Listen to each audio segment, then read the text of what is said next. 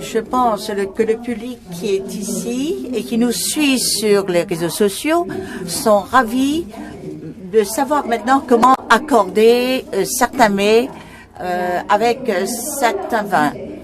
Nous arrivons à l'exposé de Monsieur Lê Hoàng Khánh.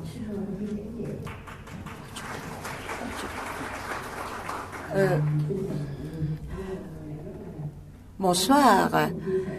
Je vous remercie d'avoir écouté attentivement les présentations de Maxime Dubois et de Monsieur Baudron.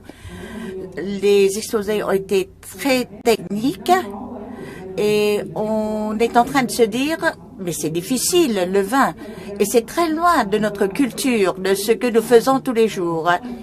Et j'espère que mon intervention va vous apporter des choses plus cool pour qu'on puisse un petit peu se reposer spirituellement et travailler plutôt sur l'émotionnel. Je n'ai pas préparé beaucoup de diapositives. Mon exposé est très simple parce que pour moi, le vin est quelque chose de très simple. Le vin, quelle est la signification du vin pour les Vietnamiens? Quand est-ce que le vin est arrivé au Vietnam? Quel est le pays qui a été le premier à exporter le vin vers le Vietnam? Les premiers vins à être arrivés au Vietnam étaient des vins français. Pourquoi français? Et pourquoi pas... Pourquoi est-ce que ce n'est pas venu d'autres pays? Tout simplement parce que nous avons connu la guerre et parce que nous avons pendant une très longue époque vécu avec les Français. Ça, c'était de l'histoire. On ne va pas parler d'histoire, on va parler de vin. Les Français, lorsqu'ils arrivent quelque part, arrivent avec leur tradition, avec leur culture. Ils sont arrivés au Vietnam avec leur gastronomie. Ils sont arrivés avec des choses très intéressantes faisant partie de leur vie de tous les jours. Et le fait d'avoir vécu avec les Français sont venus avec du vin. Pourquoi faire? Pour le boire. Pour avoir moins de nostalgie. C'est un petit peu comme les Vietnamiens qui partent à l'étranger avec une bouteille de Nhóc Mâm. Les Français n'ont pas pu arriver au Vietnam avec des baguettes parce que ça ne se conservait pas, mais le vin se conservait mieux. C'était les premiers vins disponibles sur le marché vietnamien. On m'a posé cette question, la question suivante beaucoup de fois. Pourquoi est-ce qu'on ne plante pas du raisin pour, à partir de raisin, faire du vin? La réponse a été donnée par nos deux intervenants. Le Vietnam ne se situe pas dans cet espace où les conditions de terroir, de climat, etc. sont propices à la viticulture. Le raisin qu'on trouve au Vietnam se retrouve sur la table au moment du dessert, par exemple. Nous n'avons pas de cépage. Nous sommes dans un pays tropical, humide, et vous savez tous qu'il y a une très grande différence de climat entre le nord et le sud. Au nord, 4 saisons. Au sud, 2 saisons, la saison chaude et la saison très chaude. Les conditions ne sont pas idéales pour planter, pour faire de la viticulture. D'autant plus que on ne pourra avoir qu'une seule récolte par an, ce qui n'est pas rentable.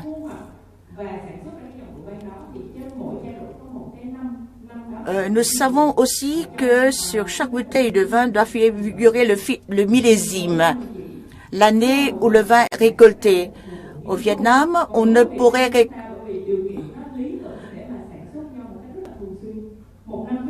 Nous avons au Vietnam, on pourrait avoir 2 ou 3 récoltes. On pourrait avoir jusqu'à 4 récoltes. Le problème, c'est de savoir ce que nous voulons pour notre vignoble. J'aimerais pouvoir goûter du vin du Vietnam. On ne sait jamais, peut-être que dans l'avenir, avec le changement climatique, le Vietnam pourra avoir du vignoble. On en trouve du vignoble à Ba Vy au nord. Deuxième photo. Le vin rouge a été le premier à débarquer au Vietnam. Et jusqu'à maintenant, le Vietnamien préfère toujours le vin rouge. Pourquoi toujours le rouge et pas le rosé ou le blanc ou le mousseux?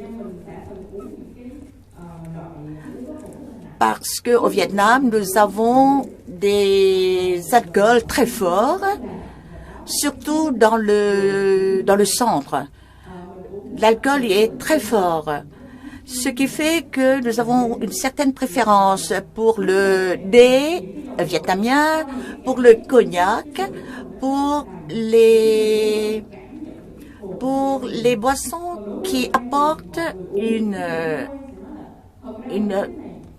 saveur de ronde, alors que les vins sont jugés légers. 12 degrés, 15 degrés, c'est trop léger. Non, ce n'est pas vrai. On peut s'enivrer avec le vin et après, on va pouvoir dormir, tomber dans un très bon sommeil. C'est ce qui, comme Maxime vient de le dire, pourquoi est-ce que nous avons une préférence pour les rouges forts, pour les rouges à teneur d'alcool élevée? C'est parce que c'est dans nos goûts. Le vin blanc, lui, semble ne pas contenir beaucoup de tanins. Et on a l'impression que c'est acide. On recherche le goût du tanin qu'on ne retrouve pas dans le vin blanc. Le Vietnam est un pays tropical, chaud, mais c'est la manière dont on consomme le vin au Vietnam. Mais on est en train il y a depuis quelque temps un changement. On commence à préférer le vin rosé. Il y a un changement qui est intéressant. Les Vietnamiens boivent du vin, non pas pour avoir plus d'appétit, pour goûter ce qu'on mange, mais parce que on trouve que le vin est bénéfique. On peut prendre un vin de 100 millilitres au lieu de 700 millilitres. Hein? Du vin, c'est 125 millilitres. Ne vous laissez pas abuser par ce que vous voyez sur les réseaux sociaux, sur Internet, des verres de 700 millilitres. C'est absolument fou. Si l'on consomme régulièrement et en petite quantité, en quantité raisonnable du vin, ça va être bon pour le cœur, pour le pouls, parce que il y a aussi du tanin qui va nous protéger un petit peu contre la vieillesse, ce qui est bien. Le vin blanc, ce n'est pas très âpre. C'est pour cela que on ne boit pas beaucoup de vin blanc. Je voudrais faire une préciser. Ce qu'il nous faut, c'est du vin du vin fermenté à partir de raisins. Pas des alcools très forts. Parce que le vin, en général, c'est 15 degrés. Alors que pour les alcools forts, qui passent par beaucoup d'étapes de préparation,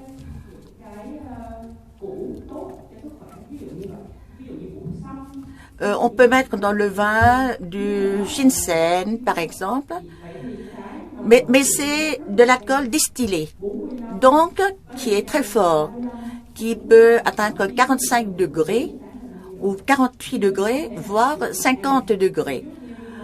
Donc, on ne faut pas se laisser abuser. J'ai entendu dire qu'on peut prendre 125 millilitres. Vous prenez 125 millilitres de cet alcool et vous allez direct à l'hôpital. En urgence, bien sûr. Il y a des personnes qui utilisent le vin parce que c'est bon pour leur santé. Ce n'est pas dans leurs habitudes, c'est pour leur santé. Parce que le vin ne fait pas partie des traditions culinaires vietnamiennes.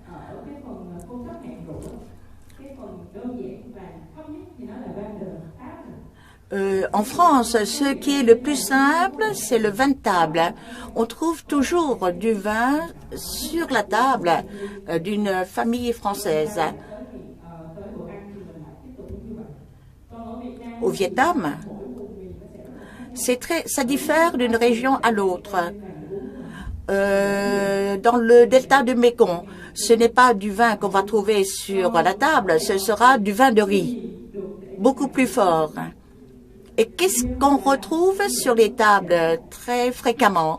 Ou de la bière, ou du thé glacé. Le Vietnamien vit à une culture du thé glacé. Et actuellement, les Vietnamiens commencent à comprendre les bienfaits du vin. Après un thé glacé, un petit peu de vin qui va faire reculer la vieillesse, c'est ce que l'on croit.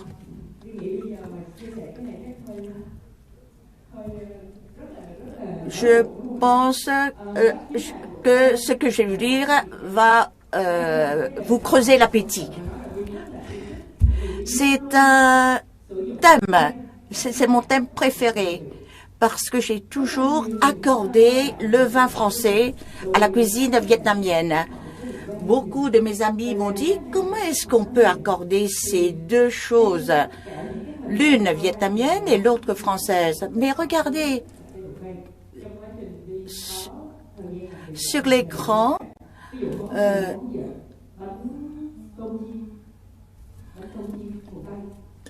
c'est un...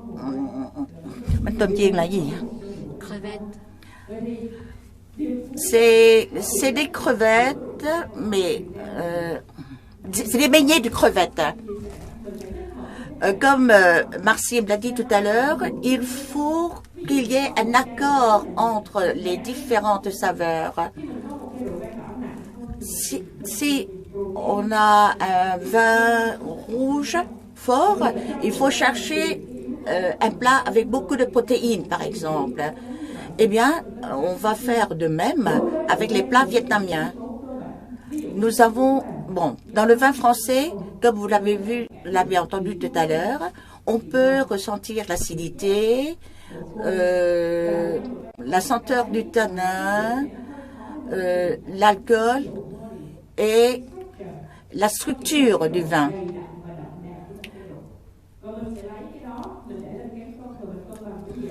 On va prendre tout ça en considération et on va essayer de voir comment on peut accorder, avec quoi on peut accorder toutes ces caractéristiques. Nous avons beaucoup de mets, nous avons une tradition culinaire importante de plusieurs dizaines d'années. Mais ce que j'ai beaucoup aimé, c'est la philosophie du yin et du yang, plus la philosophie par exemple, lorsqu'on mange des escargots, il faut utiliser les escargots, les huîtres, c'est considéré comme un aliment froid. Pour cela, il faut que du nyokmam, mais quelle sorte de nyokmam? De nyokmam dans lequel il y a du piment, il y a du gingembre, des choses qui sont chaudes. Donc, du froid avec du chaud pour équilibrer. C'est ce qu'on appelle la philosophie du yin et du yang. Par exemple, un autre exemple, dans le centre, il y a une sorte de plat considéré comme froid. Et ce plat doit être consommé avec de nyokmam dans lequel il y a beaucoup de gingembre. Parce que le gingembre, c'est chaud et il faut équilibrer. Nous utilisons aussi beaucoup de légumes aux couleurs différentes parce que chaque couleur revêt une signification particulière. Je prends par exemple les rouleaux de printemps. Dans les rouleaux du printemps, on a des légumes, on peut avoir de la viande, on peut avoir des fruits de mer, etc. Et on va utiliser la philosophie du yin et du yang pour arriver à un équilibre. Ce n'est qu'un exemple parmi des milliers d'autres. Je pourrais continuer mon exposé jusqu'à demain matin, je vous assure. Au Vietnam, comme Maxime l'a souligné tout à l'heure, ce qui est important, c'est la sauce. Aux États-Unis,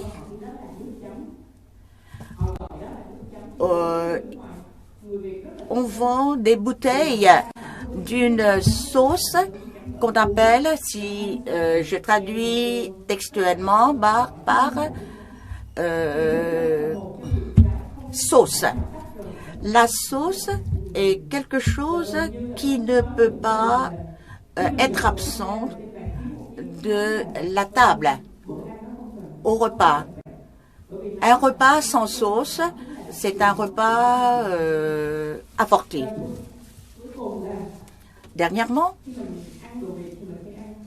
dans la cuisine vietnamienne, il nous arrive très souvent de manger des plats, disons, liquides, comme du pho, etc.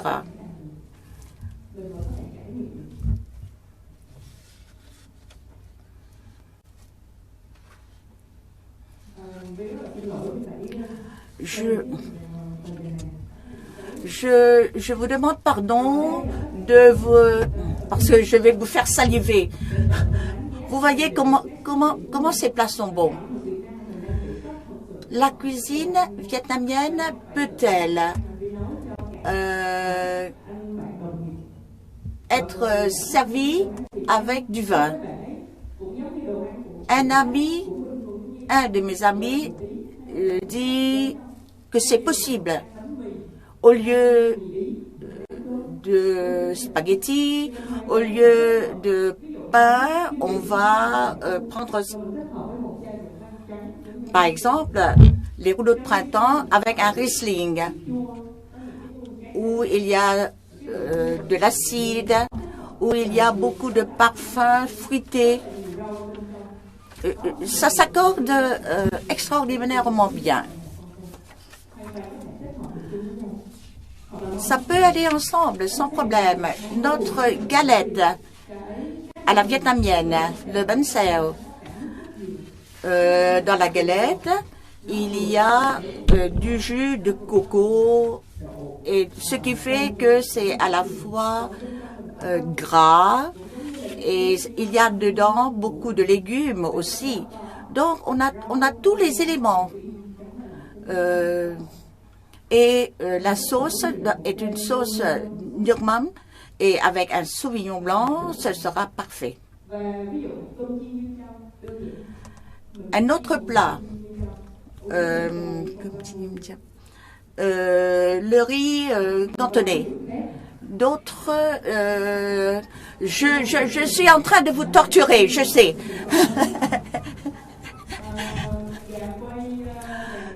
Du poulet rôti au miel. Ça, c'est un petit peu... C'est de la... C'est de la viande rôtie avec... ça peut s'accorder avec plein de vins. Du vin blanc au vin au rosé. On peut marier tout cela avec le tom tam qu'on prend en général au petit déjeuner. Ce qui fait qu'on pense toujours que les vins s'accordent très peu avec les plats vietnamiens, c'est parce que nous mangeons, notre manière de manger diffère beaucoup de celle des Français. Les Français servent les plats l'un d'après l'autre, alors que les Vietnamiens mettent tous ensemble sur la table. On peut avoir en même temps des choses au caramel, des choses frites,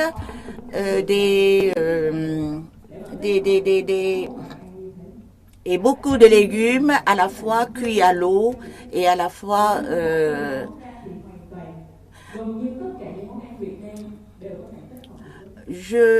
j'ai arrivé à la conclusion que tous les plats vietnamiens peuvent s'accorder avec un vin.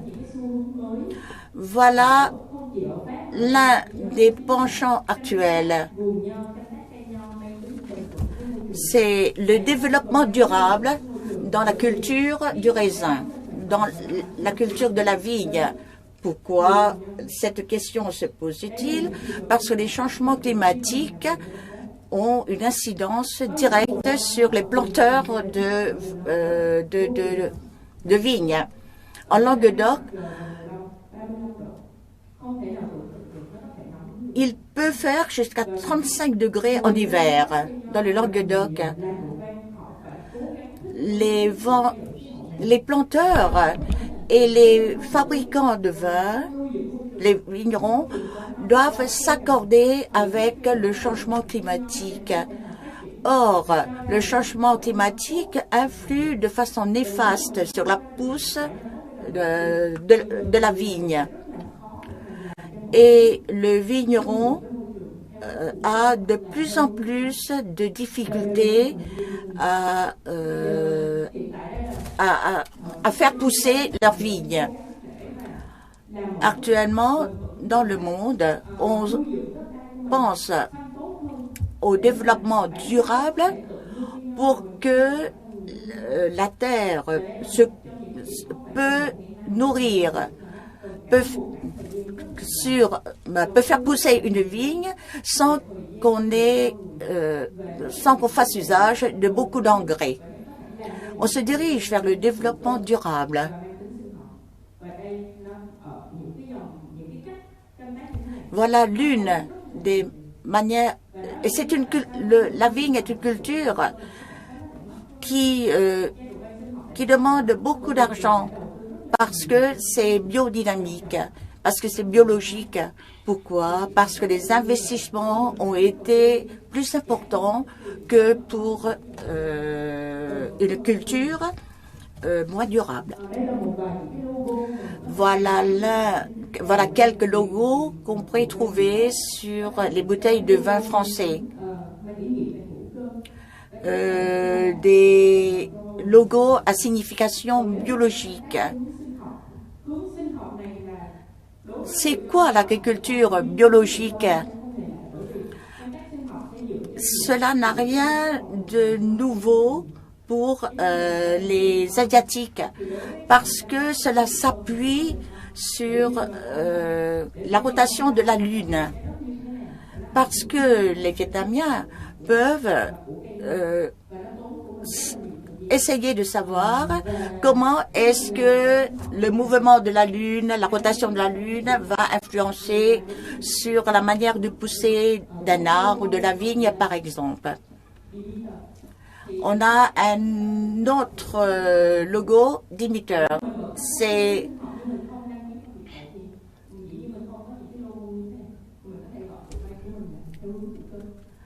notre vin peut être biologique sans aller aussi loin que le biodynamique, jusqu'au biodynamique.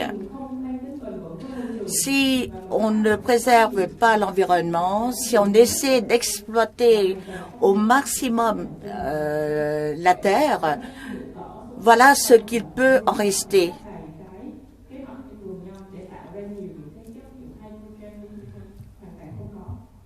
Il n'y a rien pour refaire pousser, pour protéger les plantes, alors que là où c'est biologique, on pourrait trouver, par exemple, des insectes sur un plant de vigne. Il n'y a pas de vie.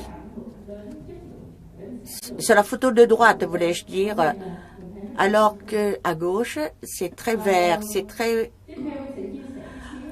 Je voudrais maintenant parler du métier de sommelier au Vietnam.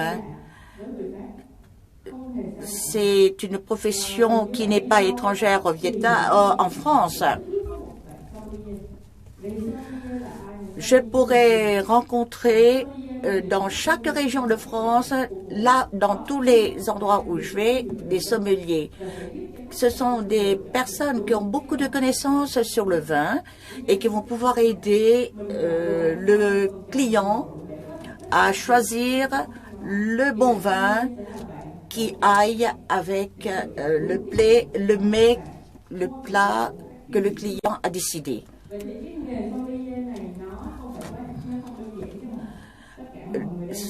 Le sommelier, être sommelier, ce n'est pas du tout simple. Il faut savoir de quel vin il s'agit, d'où ça vient. Et les connaissances qu'on a, c'est la toute petite partie qui émerge. Et on a l'impression que plus on apprend, plus on se rend compte qu'il y a plein de choses qui restent inconnues.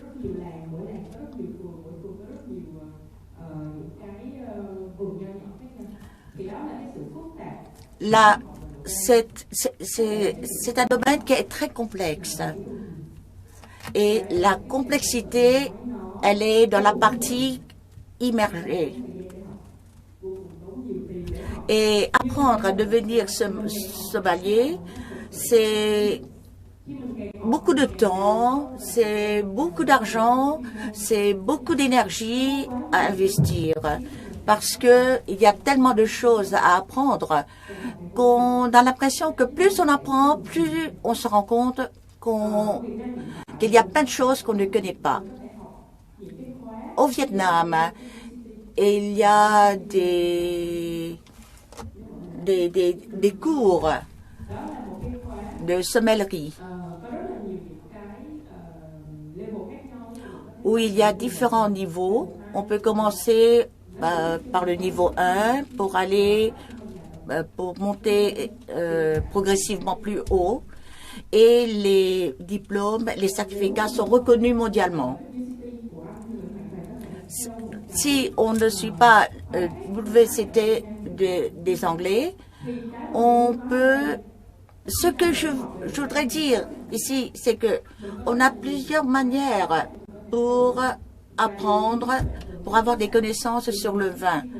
Mais surtout, il ne faut pas vous décourager. Parce que se décourager, c'est vouloir s'arrêter tout de suite, ce qu'il ne faut absolument pas faire. Quel est l'avenir de la sommellerie au Vietnam? Eh bien, l'avenir, on a partout besoin de sommeliers, dans les bars, dans les restaurants, dans les hôtels. C'est une profession c'est une belle profession actuellement et dans l'avenir. Permettez-moi de dire quelques mots sur notre association, l'Association des sommeliers de Saigon, dont je suis le vice-président. C'est une organisation non lucrative et qui est prête à aider toutes les personnes, tous les jeunes voulant devenir sommeliers. Il y a des formations qui vont vous aider à acquérir d'abord les premiers rudiments, puis progressivement, vous allez apprendre plein de choses. Notre association fait partie de l'Association internationale des sommeliers, ce qui est très laudatif pour des Vietnamiens.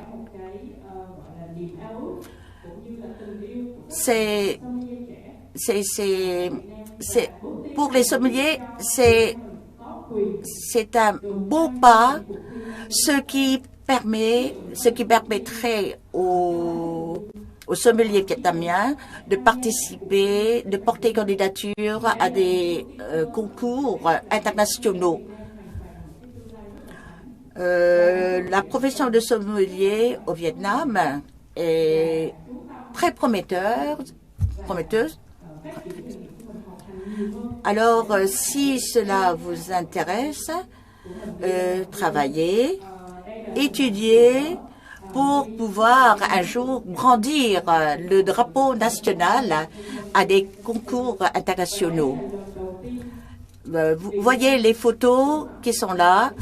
C'était la première participation du Vietnam à un concours international de cet acabit. Cela pour dire au monde que nous avons au Vietnam une association de sommeliers vietnamiens, ce qui est très prometteur pour l'avenir de la sommellerie. Voilà.